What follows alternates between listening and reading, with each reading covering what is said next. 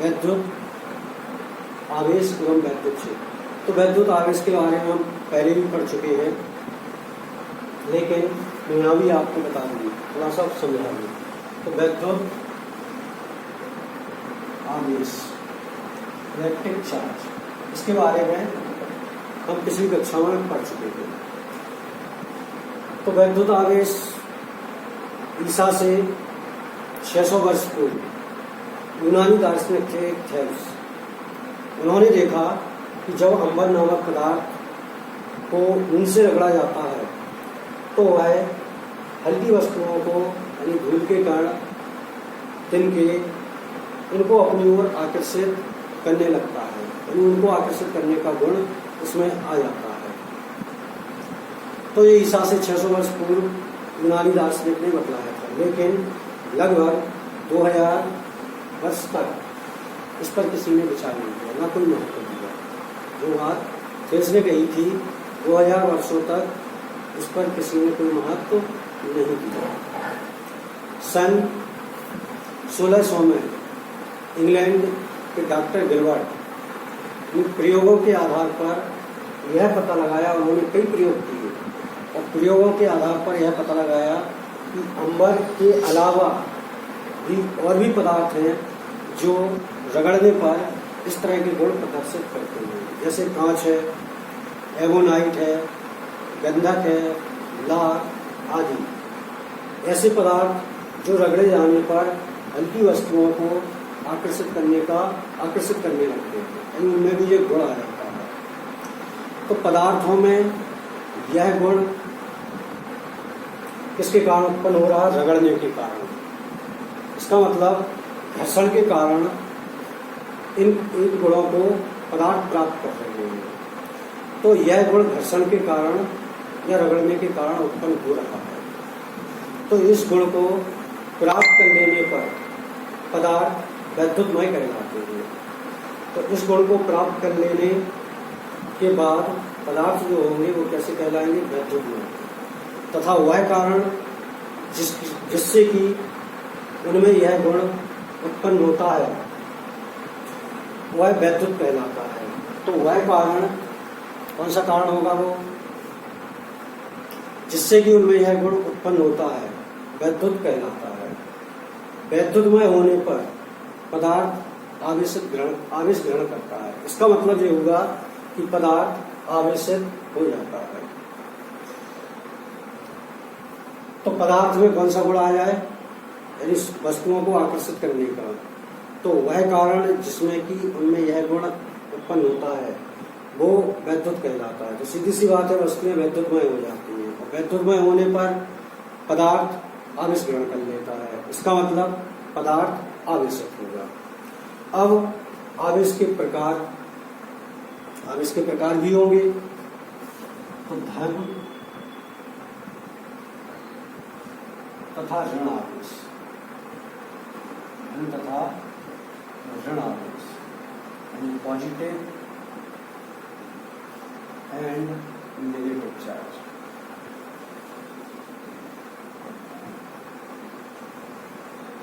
तो positive and negative charge, धन तथा ऋण आवेश। तो कांच की छड़ को यदि रेशम पर रगड़ें तो कांच की छड़ को रेशम पर रगड़ने पर वो आवेशित हो जाती है। इसी प्रकार एबोनाइट की छड़ को बिल्ली की खाल पर रगड़ें तो वो भी आवेशित हो जाती है। जब कांच की दो छड़ें लें और कांच की दो छड़ों को रेशम पर रगड़कर उनको पास पास धागे से लटका दें तो देखा जाता है कि ये एक दूसरे से दूर भागती है। कांच की छड़, वो कांच की छड़ लें और इनको रेशम से रगड़ें। रेशम पर रगड़ने पर जब इनको किसी धागे से लटकाया जाता है पास पास तो ये एक दूसरे से दूर रखते हैं। इसी प्रकार का गुण होता है एबोनाइट में। अगर एबोनाइट की छड़ें होती और उनको बिल्ली की खाल पर रगड़ देते तो क्या होता? ये भी एबोनाइट की छड़ होगी। तो क्या होगा? एबोनाइट की दो छड़ें लें और उनको भी बिल्ली की खाल पर रगड़ें तो देखा जाता है कि इनको भी पास पास लटकाने पर ये एक दूसरे से दूर हटती हैं। इनमें ये भी दूर हटती है, ये दूर हटती है, ये भी दूर हटती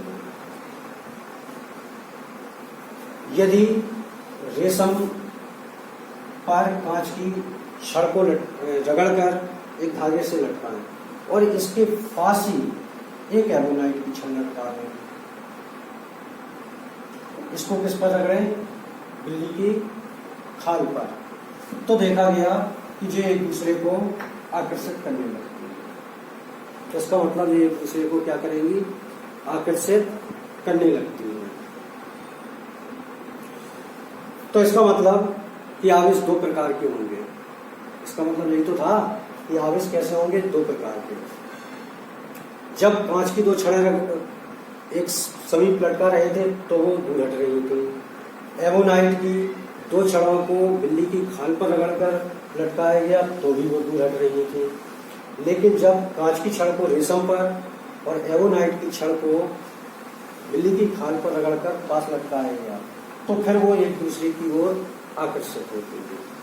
इसका मतलब इन दोनों पर आवेश अलग अलग है। तो इसके बारे में फिर अमेरिकी वैज्ञानिक फ्रैंकलिन ने 1750 में यह बतलाया कि आवेश दो प्रकार के होंगे, एक धनावेश और दूसरा ऋण आवेश होगा। तो इसका मतलब है कि आवेश दो प्रकार के होते हैं, एक धनावेश और एक ऋण आवेश। और यह नाम अमेरिकी वैज्ञानिक फ्रैंकलिन ने 1750 में दिया था। तो ये धनावेश और ऋण आवेश जो नाम दिया था वो अमेरिकी वैज्ञानिक फ्रैंकलिन ने दिया था। चलिए ये थोड़ा सा इसको समझाने का। इसके बाद ये तो बात हो गई धन और ऋण आवेश की।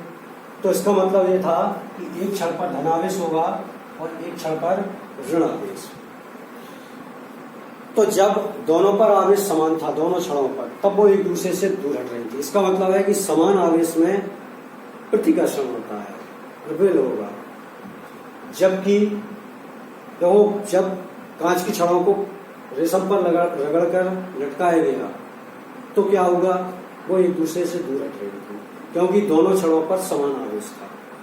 इसी प्रकार एमोनाइट की छड़ों को भी जब बिल्ली की खाल पर रगड़कर लटकाया गया तो वो भी दूर हट रही थी। इसका मतलब कि समान आवेशों में क्या होगा? प्रतिकर्षण होगा, रिपेल होगा, वो दूर हटेगी। और जब एक कांच की छड़ और एक एमोनाइट की छड़ लटकाई गई तो देखा गया कि वो एक दूसरे की ओर आकर्षित होती है। इसका मतलब कि विपरीत या विजातीय आवेश जो होंगे वो कैसे होंगे? एक दूसरे को आकर्षित करते हैं। तो इससे यह निष्कर्ष निकला कि सजातीय आवेशों में प्रतिकर्षण और विजातीय आवेशों में आकर्षण होता है, यानी उनमें अट्रैक्शन होगा, अट्रैक्ट होंगे एक दूसरे से। तो अब आगे इसका इलेक्ट्रॉन सिद्धांत। आवेश का इलेक्ट्रॉन सिद्धांत क्या है? इलेक्ट्रॉन सिद्धांत। तो आवेश का इलेक्ट्रॉन सिद्धांत से मतलब क्या है? इलेक्ट्रॉन सिद्धांत क्या होगी? तो जो आधुनिक आवेश की जो आधुनिक अवधारणा है वो इलेक्ट्रॉन सिद्धांत पर आधारित है। आधुनिक अवधारणा जो है इलेक्ट्रॉन की, वो आधुनिक अवधारणा आवेश की वो इलेक्ट्रॉन सिद्धांत पर आधारित है। तो इलेक्ट्रॉन सिद्धांत से मतलब जो मालूम है कि परमाणु क्या है? जो भी पदार्थ है वो सूक्ष्म कणों से मिलकर बना है और उन्हें क्या कहते हैं? परमाणु।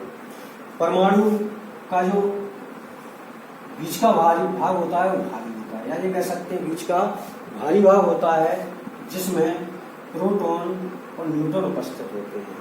और प्रोटॉन धनावेशित होता है, न्यूट्रॉन उदासीन होता है। और इसको नाभिक कहते हैं। और इस नाभिक के चारों ओर ऋण आवेश या इलेक्ट्रॉन, तीसरा जो आवेश है एक कण है, तो जो तीसरा दो कण तो उपस्थित होंगे नाभिक में, प्रोटॉन और न्यूट्रॉन। प्रोटॉन पर धनावेश, न्यूट्रॉन उदासीन होता है। तीसरा जो कण होता है ऋण आवेशित इलेक्ट्रॉन, वो नाभिक के चारों ओर निश्चित कक्षाओं में परिपूर्ण करते रहते हैं। तो जितना क्या होगा, धनावेश होगा नाभिक पर, जो परमाणु का जो धनावेश है वो प्रोटॉन निर्धारित करता है। तो जितना धनावेश होता है उतना ही ऋण आवेश होता है, यानी उतने ही इलेक्ट्रॉन होंगे जितने प्रोटॉन है। तो प्रोटॉन पर आवेश जितना धनावेश होता है उतना इलेक्ट्रॉन पर ऋण आवेश होता है, मात्रा इसकी समान होती है। इस प्रकार परमाणु वैद्युत उदासीन होता है। तो परमाणु तो वैद्युत उदासीन होगा। अब उसमें होता क्या है कि जब किसी परमाणु पर या परमाणु से इलेक्ट्रॉन निकल जाए तो निश्चित है जब इलेक्ट्रॉन निकल जाएंगे तो उस पर धनावेश बचेगा, धनावेश की अधिकता होगी। और जब यदि किसी कहीं से इलेक्ट्रॉन आ जाए परमाणु पर तो निश्चित है उस पर इलेक्ट्रॉन ऋण आवेश की अधिकता होगी। जब इलेक्ट्रॉन आ जाएंगे तो ऋण आवेश की क्या हो जाएगी, अधिकता होगी। तो इसका मतलब है कि जब पदार्थों को रगड़ा जाता है तो इलेक्ट्रॉन के आदान प्रदान के कारण ही वो आवेशित होते हैं। तो इलेक्ट्रॉन के आदान प्रदान के कारण ही आवेशित होते हैं। तो यदि परमाणु पर, किसी पदार्थ के परमाणु पर यदि इलेक्ट्रॉन आ जाए तो वो निश्चित है ऋण आवेश की अधिकता होगी, वो ऋण आवेशित हो जाएगा। और यदि उससे इलेक्ट्रॉन निकल जाए तो फिर क्या होगा, वो धन आवेशित हो जाएगा, क्योंकि उस पर ऋण आवेश की कमी हो जाती है। तो इसका मतलब है कि किसी पदार्थ पर, पदार्थ का ऋण आवेशित होना इलेक्ट्रॉन की अधिकता के कारण होता है। किसी पदार्थ का या किसी परमाणु का धनावेशित होना उसमें इलेक्ट्रॉनों की कमी के कारण होता है। तो यदि कोई पदार्थ धनावेशित है, कोई परमाणु धनावेशित है, इसका मतलब है कि उसमें इलेक्ट्रॉनों की कमी है। और यदि कोई ऋणावेशित है कोई पदार्थ, तो इसका मतलब है कि उस पर इलेक्ट्रॉनों की अधिकता है। तो यही होता है जब कांच की छड़ को रेशम पर रगड़ा जाता है तो कांच से कुछ इलेक्ट्रॉन निकलकर रेशम पर पहुंच जाते हैं, जिससे कांच धनावेशित हो जाता है और रेशम ऋणावेशित होता है। एवोनाइट की छड़ को बिल्ली की खाल पर रगड़ने पर क्या होता है, बिल्ली की खाल से कुछ इलेक्ट्रॉन एवोनाइट की छड़ पर आ जाते हैं, जिससे एवोनाइट की छड़ ऋणावेशित हो जाती है और बिल्ली की खाल धनावेशित होती है। तो ये इलेक्ट्रॉन सिद्धांत है इसका मतलब है कि इलेक्ट्रॉन के आदान प्रदान के कारण ही पदार्थ या परमाणु आवेशित होते हैं। तो पदार्थ तभी आवेशित होंगे जब इलेक्ट्रॉन का आदान प्रदान होगा। यदि किसी पदार्थ पर, परमाणु पर इलेक्ट्रॉन की अधिकता है तो वो ऋणावेश होगा, और यदि इलेक्ट्रॉन की कमी है तो फिर वो धन आवेशित होगा। चलिए, आवेश संरक्षण पढ़ा है। आवेश संरक्षण, तो आवेश संरक्षण ये क्या होगा, तो आवेश संरक्षण से मतलब ये है कि आवेश का स्थानांतरण हो, आवेश का आदान प्रदान हो, लेकिन कुल आवेश क्या रहेगा, नियत रहेगा। अर्थात आवेश को ना तो उत्पन्न किया जा सकता है ना नष्ट किया जा सकता है, बल्कि इसको रूपांतरित या स्थानांतरित जे कह सकते हैं, स्थानांतरित किया जाता है। तो आवेश को ना तो उत्पन्न किया जा सकता है ना आवेश को नष्ट किया जा सकता है। तो यह आवेश संरक्षण का नियम है। इसका एक अच्छा उदाहरण है जैसे इलेक्ट्रॉन और पॉजिट्रॉन। तो इलेक्ट्रॉन पर जितना आवेश होता है, चूंकि इलेक्ट्रॉन पर ऋणावेश है, पॉजिट्रॉन पर उतना ही धन आवेश होता है। जब ये आपस में संयोग करते हैं तो एक दूसरे का विनाश कर देते हैं और दो ऊर्जित गामा फोटोन उत्सर्जित होते हैं। तो एक पॉजिट्रॉन और एक इलेक्ट्रॉन जब आपस में संयोग करेंगे तो दो गामा फोटोन उत्सर्जित होते हैं। तो 2 ऊर्जित गामा फोटोन ये निकलेंगे।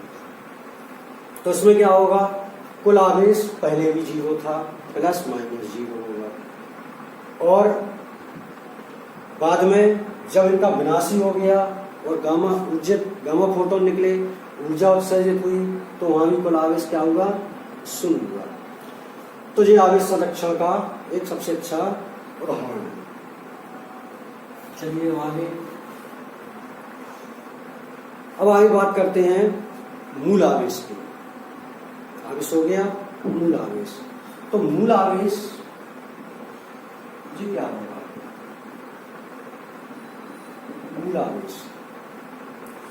तो मूल आवेश जो प्रकृति में आवेश की एक छोटी इकाई है, बहुत छोटी, सूक्ष्म, उस या ये कह सकते हैं छोटी से छोटी जो इकाई है उसको अपन मूल आवेश कहते हैं। तो इसको इस प्रकार भी कह सकते हैं कि वह न्यूनतम मान, वह न्यूनतम, या ये कहें कि आवेश के न्यूनतम मान को मूल आवेश कहते हैं। तो आवेश का जो छोटे से छोटा मान होगा, न्यूनतम मान, इकाई मान होगा, वो मूल आवेश कहलाता है, और इसे ई से प्रदर्शित करते हैं। इसको ई से प्रदर्शित करते हैं। इसका मान होता है 1.6 × 10⁻⁻19 कूलम, 10⁻⁻19 कूलम। तो ये सूक्ष्म मान है, इससे कम आवेश नहीं होगा। तो किसी पदार्थ पर या वस्तु पर उपस्थित सूक्ष्मतम आवेश, न्यूनतम आवेश, उसका मूल आवेश कहलाता है।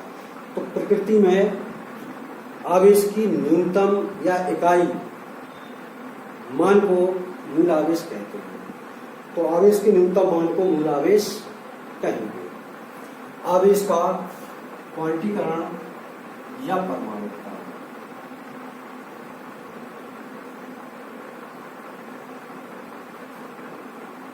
आवेश का क्वांटीकरण या परमाणुकता। तो आवेश का क्वांटीकरण या परमाणुकता जी क्या होगी। तो देखो, किसी वस्तु को अगर आवेश देना हो तो आवेश को एक न्यूनतम मान की पूर्ण गुणक के रूप में दे सकते हैं, उससे बीच का नहीं। अगर आवेश को स्थानांतरण करना है या किसी पदार्थ को देना है, किसी वस्तु को देना है आवेश, तो आवेश दिया गया जो आवेश होगा वो मूल आवेश का पूर्ण गुणक होगा, यानी इसका पूर्ण गुणज होगा, इसके बीच का नहीं। या तो हम आवेश देंगे किसी वस्तु को E, 2E, 3E, 4E, इस तरह से, अर्थात Ne। तो कितना आवेश देंगे, Ne, इससे कम नहीं, इसके बीच का नहीं। ये नहीं कि हम 2E/3 आवेश ले लें, 3E/2 आवेश ले लें, इस तरह आवेश नहीं देंगे। आवेश मूल आवेश का पूर्ण गुणक हो। तो इसको इस प्रकार भी कह सकते हैं, आवेश को अनिश्चित रूप से विभाजित नहीं किया जा सकता। तो आवेश को अनिश्चित रूप से विभाजित नहीं किया जा सकता, यह आवेश का क्वांटीकरण या परमाणुकता कहलाती है। तो आवेश को देंगे किस तरह, वो होगा ±Ne, जहाँ n इक्वल 1, 2, 3, 4 कुछ भी हो सकता है। तो किसी वस्तु को आवेश मूल आवेश के पूर्ण गुणक के रूप में देते हैं। तो आवेश के इस गुण को आवेश का क्वांटीकरण या परमाणुकता कहते हैं। या फिर इसको इस तरह ही परिभाषित कर सकते हैं, जैसे मैंने बतलाया कि आवेश को अनिश्चित रूप से विभाजित नहीं किया जा सकता, आवेश के इस गुण को आवेश का क्वांटीकरण या परमाणुकता कहते हैं। ठीक है, तो ये आवेश का क्वांटीकरण या परमाणुकता कहता है। आगे चलें तो इसमें थोड़ी सी बात और बता दें। तो जो आवेश का मूल मान होता है, आवेश की जो इकाई मान होता है, मूल आवेश होता है, ये बहुत कम होता है। इसका अनुभव हम दैनिक जीवन में नहीं कर सकते।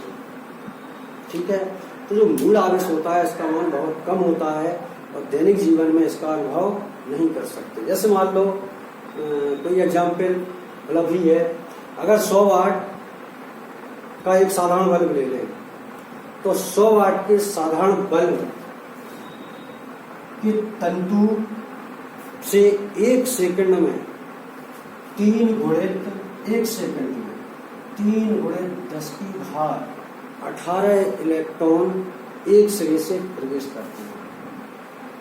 100 वाट का जो तंतु होता है, 100 वाट के बल्ब का जो तंतु होता है, उस तंतु के एक सिरे से 1 सेकंड में 3 गुणित 10 की घात 18 इलेक्ट्रॉन प्रवेश करते हैं और इतने ही 1 सेकंड में दूसरे सिरे से निकलते हैं।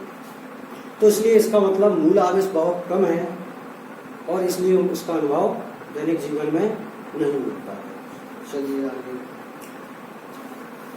अब आवेशों के बीच बात हुई थी कि उनमें अगर समान आवेश हैं तो प्रतिकर्षण होगा, रिपेल होगा, विजातीय आवेश हैं तो उनमें अट्रैक्शन होगा, आकर्षण होगा।